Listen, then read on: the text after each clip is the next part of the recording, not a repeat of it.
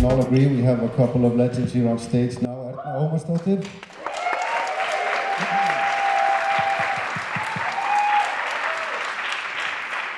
And Mr. Jonas Åkerlund, director.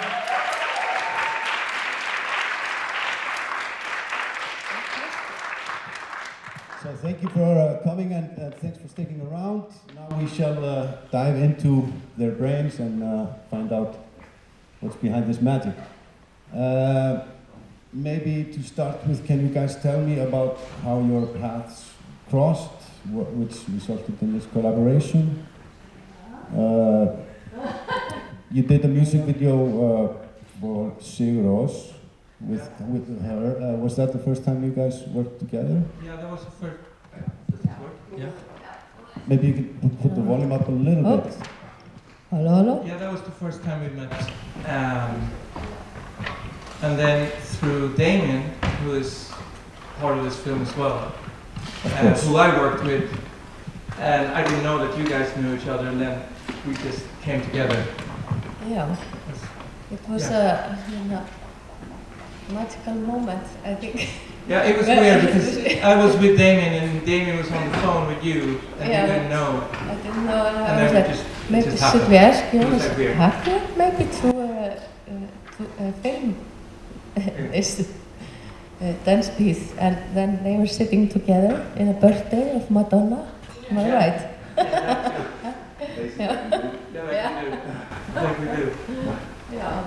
So it was like meant to happen, wasn't it? Written in the clouds. But that was like 5 years ago. Yeah. It took a little while. Yeah.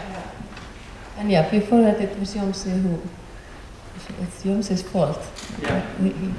And Jónsi from Sigurós.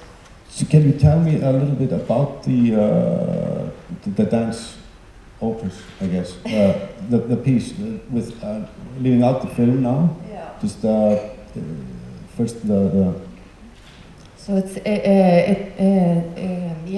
it's actually it's a long story. Mm-hmm. Make it brief. Okay, I try. I'm not the best at that, making things brief. Okay. Okay. So yeah, me and Damien have been working. We know each other from Brussels, working since 2003 or something, and we've been making collaborations and. Collaboration. We had also been doing things for the Iceland Dance Company and company like other company in Melbourne, Australia. We were doing at same year. We did a piece in the Blue Lagoon and in Melbourne, Australia, and they were we kind of. Yeah, it was a bit like the beginning and the end somehow, and then this. So we did a lot of collaborations together, and then this offer came from the company in Oslo to do a piece in the Vigeland Museum, and we had been doing a lot of working. Like one of the things that was. Inspiration were these sculptures. So I'm really making a long. So you get offered to do this at the museum without having the idea already born, or? We worked with. We decided to work with the architecture of the museum, which is a very interesting. How it's built, and then the sculptures of the Gustav Vigeland. Mm-hmm. This using like things we had done in the past and putting it in a new context. Mm-hmm. So somehow it's layering it with trying to work with the ghosts of the past and also like the ghosts in the museum. That was it was a very overwhelming feeling to come into that museum. It is very the struggle is there in the work of Gustav Vigeland. Yeah. And it's somehow so and then we just we put different things and then new things, and somehow like sometimes using old things and putting it into new context and new things emerge, and then And then Jonas comes in. It was a live performance at first. Yeah. A collaboration with Nakelis Dance Company and Iceland Dance Company and others. And then in COVID we were supposed to do it again, and then it's one of those beautiful things that COVID made happen. We were already thinking, it would be really great to film it, because it's this, you don't get we are making things for a stage, and this is it's not every day you do something in a museum like this, and also to get the permission to do this with those very valuable sculptures and dancing it was very, very. The statues are very much a character. Well, thank you. It was very unclear. No, it's very clear, right? Yeah. And then you come in. Yeah, well then I was called in.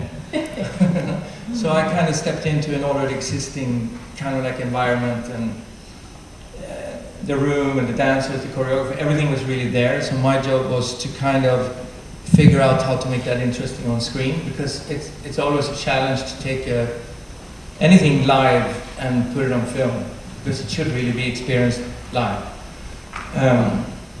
But in this case, I felt there was so much to build on with the room and the different room and the different choreography. So I thought, if I shoot it in an interesting way and work in the edit and add sound effects and make it kind of like its own piece, I didn't want to compete with the live experience, because the live experience is always going to be better, So, or different, different at least. But, so, borrowing and stealing from these creative minds and creating its own piece that stands on its own leg, that was my challenge. Yeah. I've seldom seen such impactful use of sound design, and it adds so much to what I was watching. I mean that's kind of what I do. I use every trick in the book to make it work, and on the screen in a room like this. Yeah. And especially on a big screen, it works really well. I think it's great to see it on a big screen like this. Yeah, it was amazing.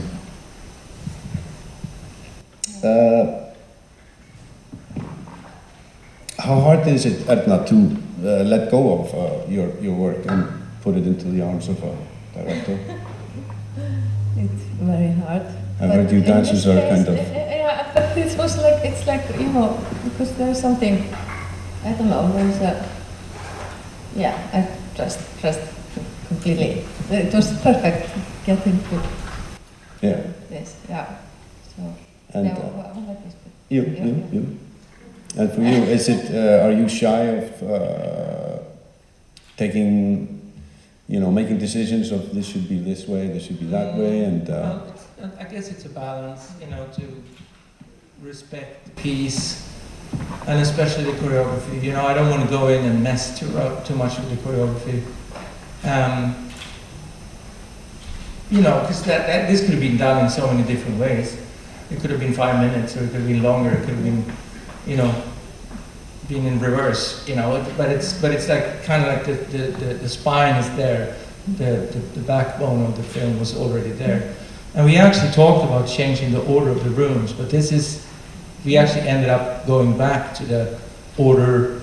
If you come to this place, you'll see you actually walk exactly through the rooms in this specific order. There's only one room that we took out, actually, that blue room. That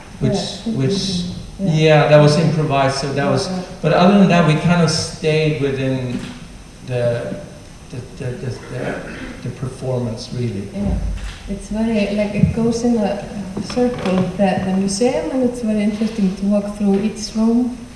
So it is a journey that that you. It's go on. really an incredible Yeah. place. If Yeah. anybody ever goes to Oslo in Norway, I really recommend to go and see it. It's an incredible place, and outside, this was his workspace where he created his stuff, and he's actually buried, and his ashes are in one of the towers. And then he had his park outside, where a few of the sculptures are in there. It was snowing on the days, it was snow, and we were not allowed to take the snow, we were not allowed to touch them, so there's like snow in the film. Yeah. We didn't know, remember it snowed overnight. Yeah. But the park outside is incredible with all these sculptures. It's really worth visiting.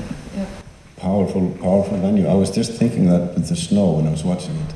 Yeah, that would just happen overnight. It was beautiful. I thought actually, the snow you can see out the window. That was real. That was real. Yeah, I was thinking, hey, like good a snow choice. machine, but it's actually That's magic. Yeah. it just happened. Yeah. Yeah. Speaking of Gustav Wieland, the way you package your film, I say package. I love credit lists. I think they're very important for me when a movie starts. You know, if they're cool, they grab you. Yeah. The way you package it, the beginning and the end, you take us into this kind of almost like 20s era style. Where did that come from? I mean, it's actually, no, because I wanted to learn more about the museum when I was there, so I figured maybe the audience want to know what it is too. And that footage was actually supplied to us from the museum. It's their footage. So it's just like a short little history trip on what it actually is. Yeah, Yeah, fits perfectly. that's cool. Yeah, very nice. Oui. Yeah, I think you should take him to the garden of Einar Jónsson. Yeah. That was also an inspiration for me and Damian actually. Mhm. I think in the past. It's a very similar, There's a similar Sculptor. feeling. Yeah. I don't even know what you're talking about now. Okay. same era, an Icelandic sculptor called Oh, I Einar see. Jónsson. Okay. And there's a garden you can see his statues, very gothic and brutal, and Let's go on Yeah. afterward. yeah, after midnight. Yeah. Yeah. So when you're editing the film, obviously, do you use your experience as a drummer? How much do you think that kicks in when you're editing something that depends on making these movements connect and all that when you're working with dancing?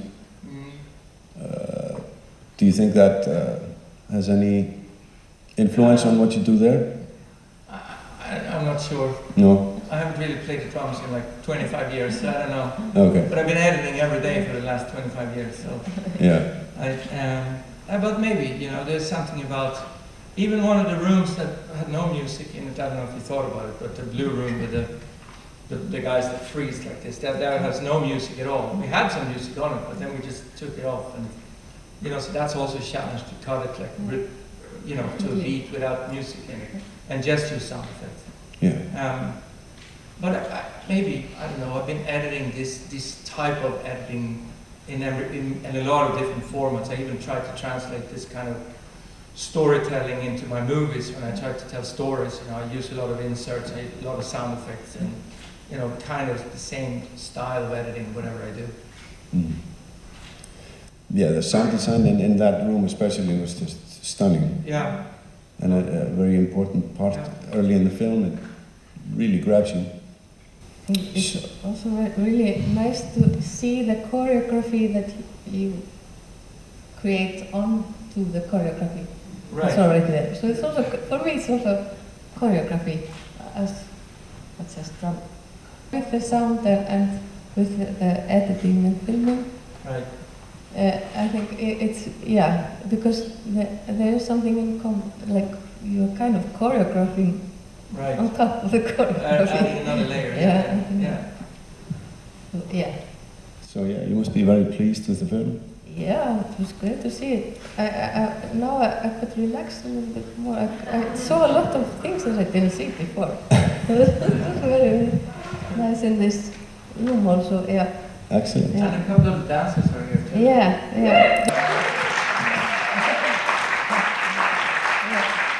Well, that's great. Maybe you guys have any questions, feel free.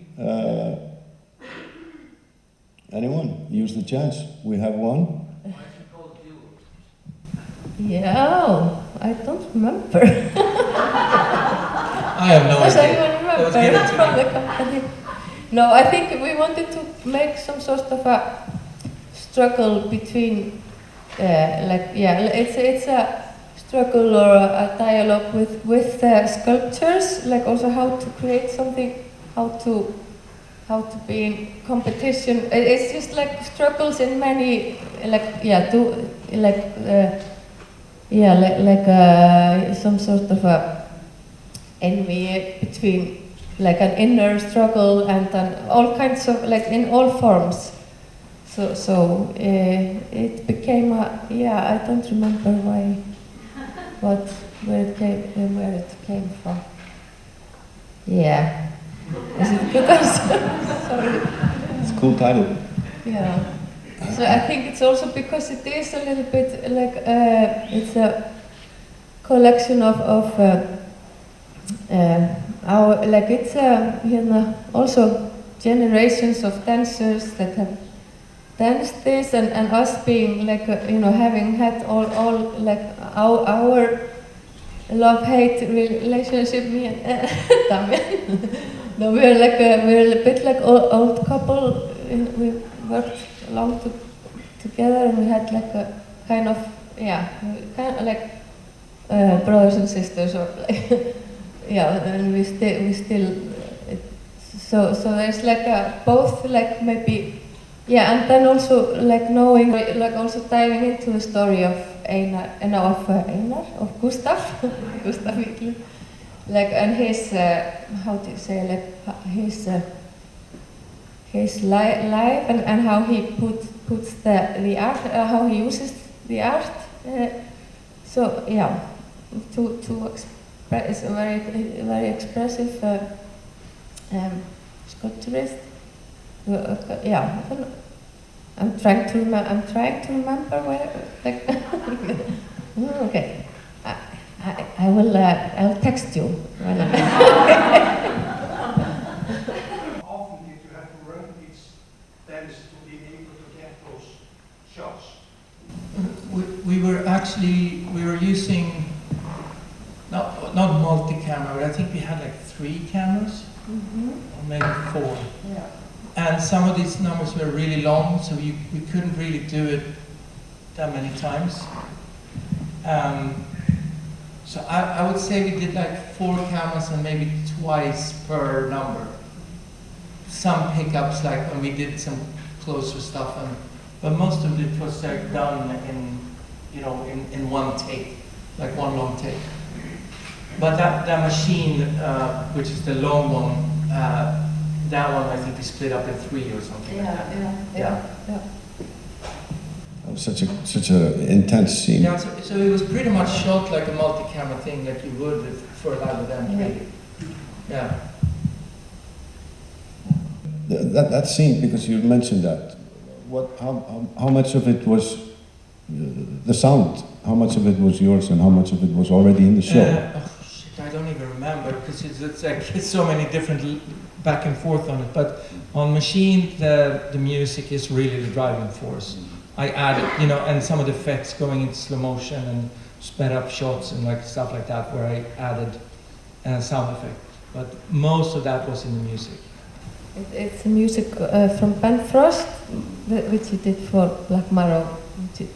So this part of the choreography is from that piece. Well, for me, the final scene, the one with the spotlight, I'm very curious to know also, that must have been only for the film, the moving spotlight, or? That was for the film.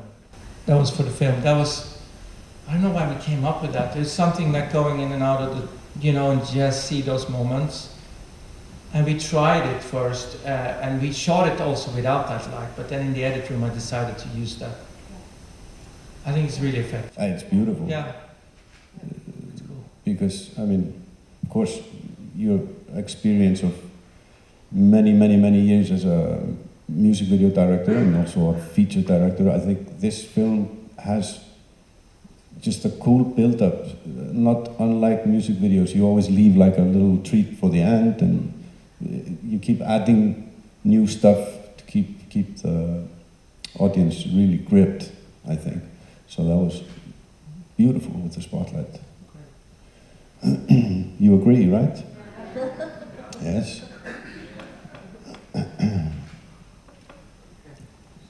Pali? You filmed it from 1,000 different angles. Did you have like a blueprint for that?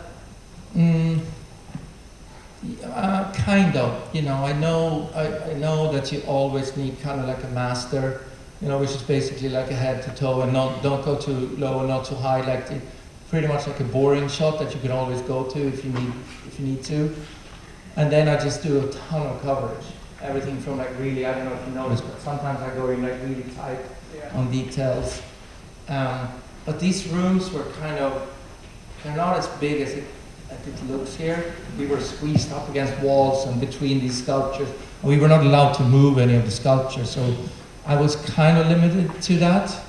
And then on this I also used zoom lenses just to pick up whatever happened. So a lot of footage got wasted from us to just finding the frame, basically.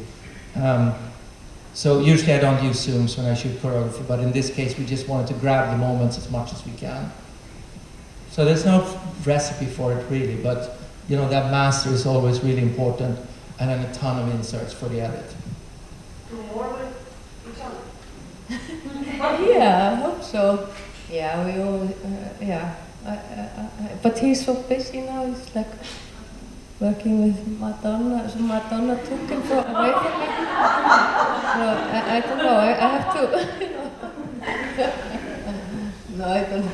Yeah, I mean, we were always, you know, talking and something will come up, I'm sure. It's like one of you know, you keep on working together until you die. So yeah, yes. But yeah. Yes. Ideas in the choreography, how do they come about? For example, let the company dance without heads. Yeah. How? Yeah. This also, like from a long time ago, we started to do. We were doing a lot of these morphing, creaturesque, like this half human, half animalistic, and morphing from a human into just going into the earth somehow. And this was and a little bit like also. Yeah, with Gabriella and Gabriella Friðriksdóttir and Raven, we also did a lot of like Raven, who's here. Yeah, má ekki segja það. So a lot also like work like being like some of our collaborations have been a bit between dance and sculpture, and like creating these, creating these images that transform endlessly. That just this endless transformation and morphing from insects to humans to the headless. We call it the headless bodies. These ones. And again. And so there was also, we did a lot, like there was one, I think now I remember isn't it coming from the big vagina? Kata, manstu?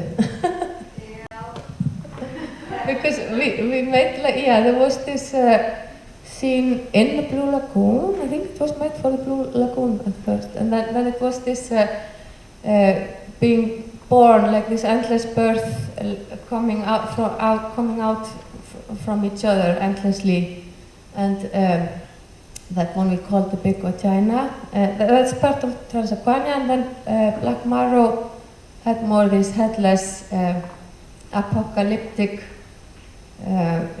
feeling, and the Blue Lagoon piece was a bit more about like being born, the birth, and it's all in. I'm just I'm going back and forth and just remembering while talking. Was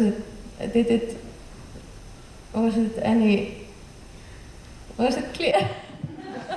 Obviously, ideas come from a magic place, which cannot be.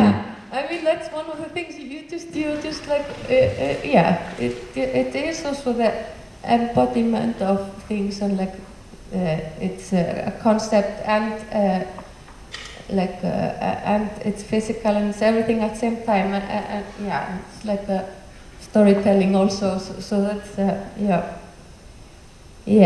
and because this piece is but like also our like friendship. It's Gustav Víglund, the architecture of the museum and the sculptures, but also our collaboration, and then collaboration with the Iceland Dance Company and other companies. And it's like some of these pieces have gone from generations of dancers. So many dancers know, for instance, the one with the machine and the headless bodies and into the machine. So we could just, I was asking, you can just go and join join the film.